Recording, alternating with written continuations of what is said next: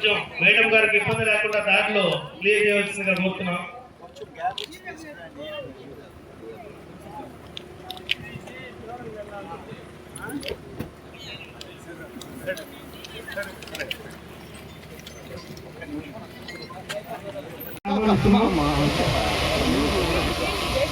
అలాగే రాష్ట్ర పార్టీ నాయకులు అలాగే జిల్లా పార్టీ నాయకుల్ని సాధారణంగా किसानों के बैंक खातों में 18,640 करोड़ रुपए से अधिक దేవిరెడ్డి రవీంద్రెడ్డి గారిని వేదిక మీదకి ఆహ్వానిస్తున్నాం. అలాగే మండల స్థాయి నాయకుల్ని మండల తెలుగు మహిళ అన్నపూర్ణమ్మ గారిని వేదిక మీదకి ఆహ్వానిస్తున్నాం. బాబు బాబు బాబు ఫోన్ జాగు నిన్ను కాదు నువ్వు సైడ్కి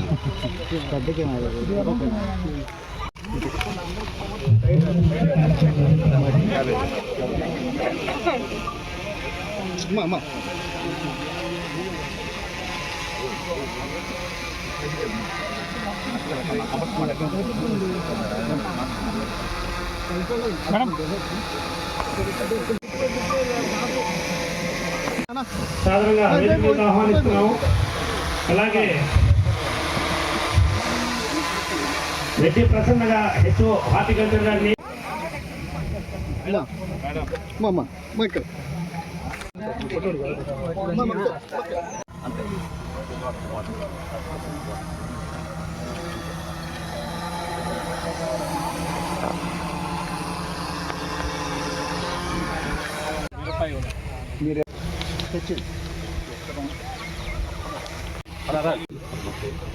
ఇంతకుముందు మనకు పండే కదా ఇప్పుడు పడుతుందా నారు పోసి వెనకరా పవన్ నారు వచ్చేస్తుంది.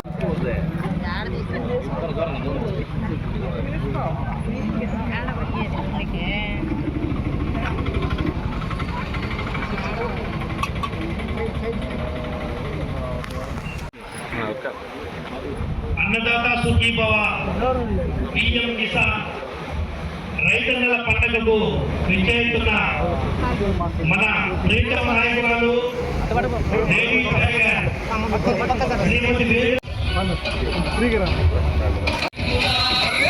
చెండబట్టుకోని కదిలే దుర్గల ఇక అక్రమార్గులకు ఒక్క ఉక్కు పాతరా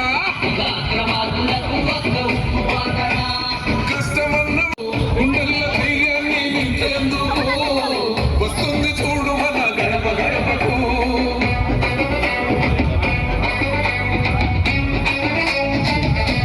ఈ రైతన్నుల పండగకు విచ్చేస్తున్న మన ప్రియతమ నాయకురాలు శ్రీమతి వేమిరెడ్డి ప్రశాంత్ రెడ్డి గారికి స్వాగతం సుస్వాగతం.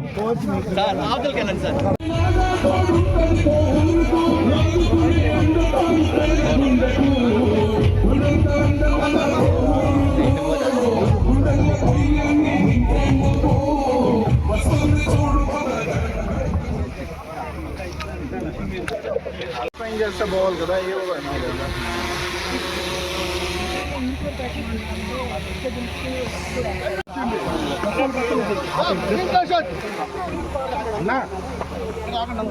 చాలా మంది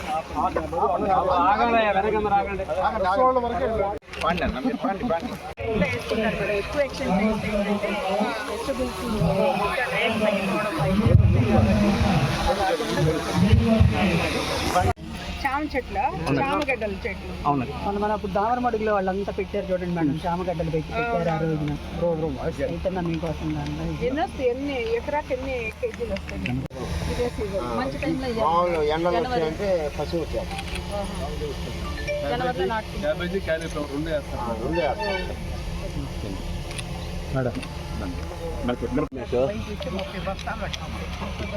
బస్తా ఎంత అప్పుడు 700 ఇప్పుడు 2000 అమ్మ చేస్తున్నాం కదా రేటు.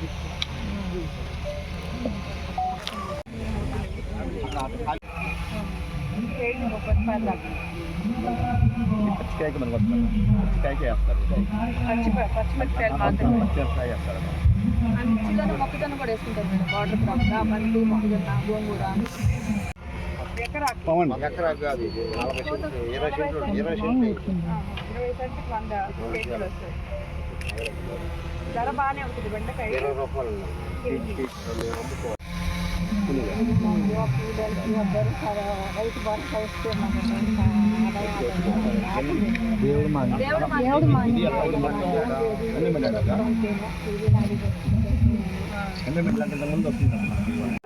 ఇంటికి వచ్చాం మేడం. ఇంటికి వచ్చి కమలాకర్ చెప్తే ఇప్పుడు చేయించుకొని అన్నాం.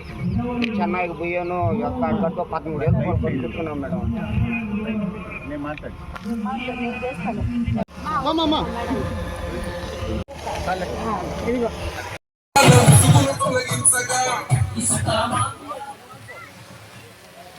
అన్నదాత సుఖీభవ, పిఎం కిసాన్ ఈ రైతన్నుల పండగకు విచ్చేస్తున్న మన ప్రియతమ నాయకుడు माध्यम से इस कार्यक्रम से जुड़े हमारे सभी अन्नदाता साथी, टी गार्डन में काम करने वाले मेरे भाई बहन, और मैं देख रहा हूं అన్నదాత సుఖీభవ, పిఎం కిసాన్ రైతన్నుల పండగకు విచ్చేస్తున్న మన ప్రియతమ నాయకురాలు లేడీ టైగర్ శ్రీమతి దేవిరెడ్డి ప్రశాంత్ రెడ్డి గారికి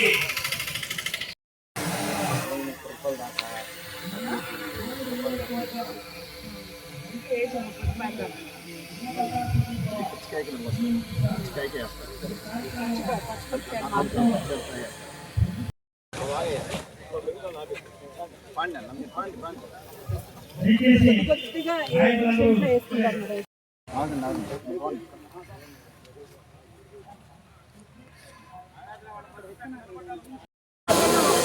BC vice chairman Devireddy Ravindra Reddy గారిని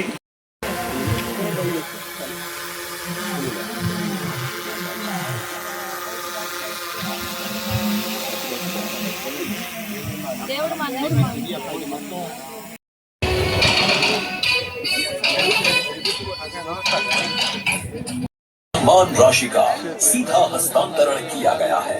किसानों के साथ आगे बढ़ा।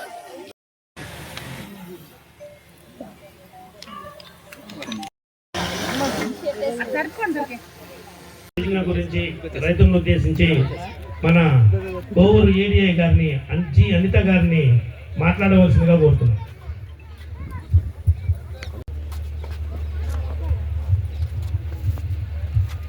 కోవూరు ఏడీఏ అనిత గారిని వేదిక మీదకి రావాల్సిందిగా కోరుతున్నాం.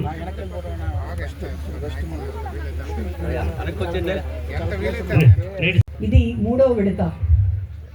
సో ఫస్ట్ విడతలో వరికి కావాల్సిన అంటే పంటలకు కావాల్సిన విత్తనాలు కొనుగోలు చేయడానికి మన ముఖ్యమంత్రి వర్యులు బడ్జెట్ లో 53,752 లక్షలు మనకి వ్యవసాయానికి కేటాయించడం జరిగింది. ఈ బడ్జెట్ లో చూస్తే వ్యవసాయానికి చాలా పెద్దపీట వేశారు మన రాష్ట్ర ప్రభుత్వం అని చెప్పి మీకు అందరికీ తెలియజేసుకుంటున్నాను.